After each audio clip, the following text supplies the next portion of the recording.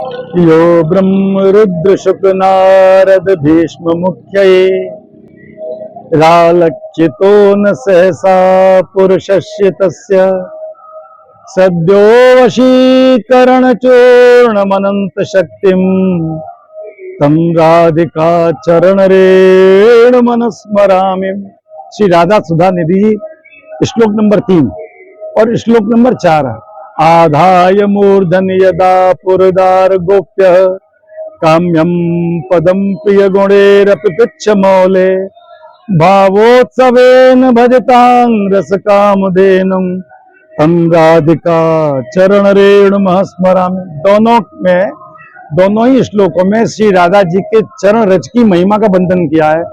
ऐसी चरण रज की महिमा है कि गोपियों ने जिस चरण रज का आश्रय लेकर के श्री जी का साहचर्य सखी भाव प्राप्त किया, और जो बड़े बड़े द्वादश आचार्य हैं, ब्रह्मा जी, सुखदेव जी, नारद जी, भीष्म पितामह जी, शिव जी, ये लोग भी भगवान श्री कृष्ण के प्रेम स्वरूप को सहसा नहीं देख पाते हैं। उन श्री राधा जी के चरणों का रज का आश्रय लेकर के वो ठाकुर जी के प्रेम स्वरूप का दर्शन करते हैं। वृंदावन की ब्रजरज का वृंदावन के ही संत रसिकों ने किस तरह से वर्णन किया है।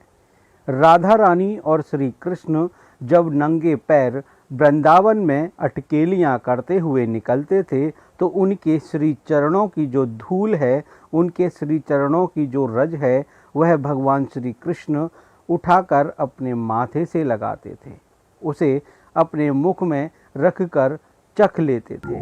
राधे राधे भैया, मेरा नाम बाबा कृष्णदास है। मैं वृंदावन में रहता हूँ, मेरा जन्म यही हुआ है। और ये जो धाम श्री धाम वृंदावन है, जिसको नित्य धाम कहते हैं, जिसको श्री जी ने अपने हृदय से प्रकट किया है, ऐसा यहाँ की ब्रजवासी लोग, रसिक लोग बताते हैं भैया।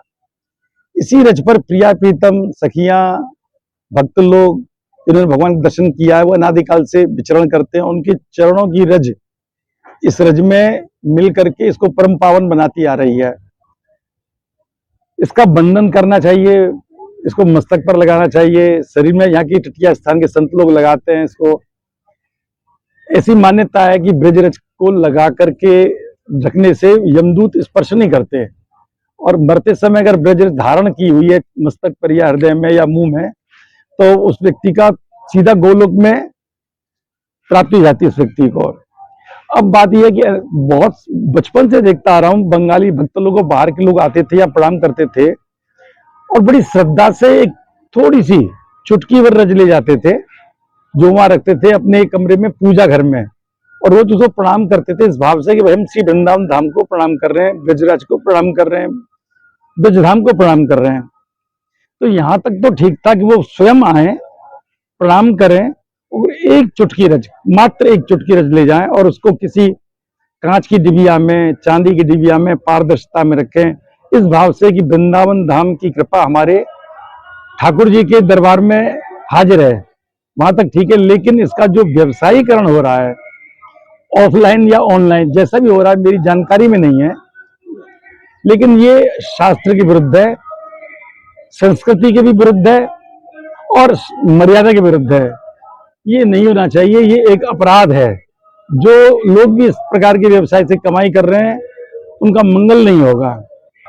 मंगल तो यही है कि लोग प्रेरित हों, आए, प्रणाम करें और माथे से लगा करके ब्रज की चुटकी ले जाए। मैंने पहले भी आपसे एक सवाल कहा है, पूछा कि ब्रजरज क्यों खास है, ऐसा क्या है ब्रज की रज में जो। देखिए, ब्रज की रज में ठाकुर जी और श्री जी ने पैदल भ्रमण किया है, नंगे पैर। उनके ठाकुर जी के चरणों की रज की महिमा, श्री जी के चरणों की रज की महिमा श्री राधा सुधा निधि में कही है। यो ब्रह्म रुद्र शुक नारद भीष्म मुख्यई रालक्षितो न सहसा पुरुषस्य तस्य सद्यो वशीकरण चूर्ण मनंत शक्तिम तम राधिका चरण रेणु महस्मरामि। श्री राधिका जी की चरण रेणु से वो भगवान श्री कृष्ण, जो ब्रह्मा, शिव, भीष्म, नारद आदि के लिए भी दुर्लभ हैं, वो उनके बस में हो जाते हैं। तो श्री जी के चरणों की रज ब्रजमंडल में, वृंदावन में उनके चरणों की रज बिछड़ी है भैया, इसीलिए ये पूज्य भी है। इसलिए ठाकुर जी ने उसको मस्तक को भी लगाया है, ठाकुर जी ने भक्षण भी किया है कि श्री जी के चरणों की रज में स्वाद कैसा है। ये हमारे भागवत में भी वर्णन है इस चीज का और शास्त्रों में वर्णन है। देखो, ब्रजरज को अवैध तरीके से नहीं, वैध तरीके से भी अगर सरकार भी ऐसा करती है तो भी गलत है। अगर कोई व्यक्ति वैध तरीके से बेचता है ना सरकार से परमिट लेके, तो भी गलत है, क्योंकि व्यवसायीकरण जहां पर हो जाता है वहां श्रद्धा समाप्त हो जाती है। ये चीज श्रद्धा का विषय है। संस्कृति एक धरोहर है हमारी ब्रजरज, इसका इस प्रकार से वैध रूप में, अवैध रूप में, अपने निजी स्वार्थ में, व्यवसायीकरण में, सब तरह से गलत है इसका। ये तो तभी संभव है कि जब व्यक्ति बिना खरीदे स्वयं आए, ऐसा नहीं अपने रिश्तेदार से कहते तुम जाओ तो ले आना, ये भी गलत है। कि ये तो फरमान जारी हो गया ना कि वस्तु को उठा के ले आना, वहां से स्वयं आए, स्वयं रज को प्रणाम करे, रज से प्रार्थना करे कि मेरे ऊपर कृपा करो, एक मात्र चिन्ह के रूप में मेरे यहाँ विराजमान हो जाए, ताकि मेरा घर पावन बन जाए, और एक चुटकी रज ले जाकर के किसी भी चीज में ट्रांसपेरेंट हो जो वहां रखे, उसको प्रणाम करे रोज, बस इतना यहाँ तक संभव। वो भी कब? यहाँ के तीर्थ जो पुरोहित है उनसे आज्ञा लेकर के, अपने गुरु से आज्ञा लेकर, गोस्वामी से आज्ञा लेकर, उनकी बिना आज्ञा के अगर ऐसा करेगा तो वो अनुचित है, अवैध है।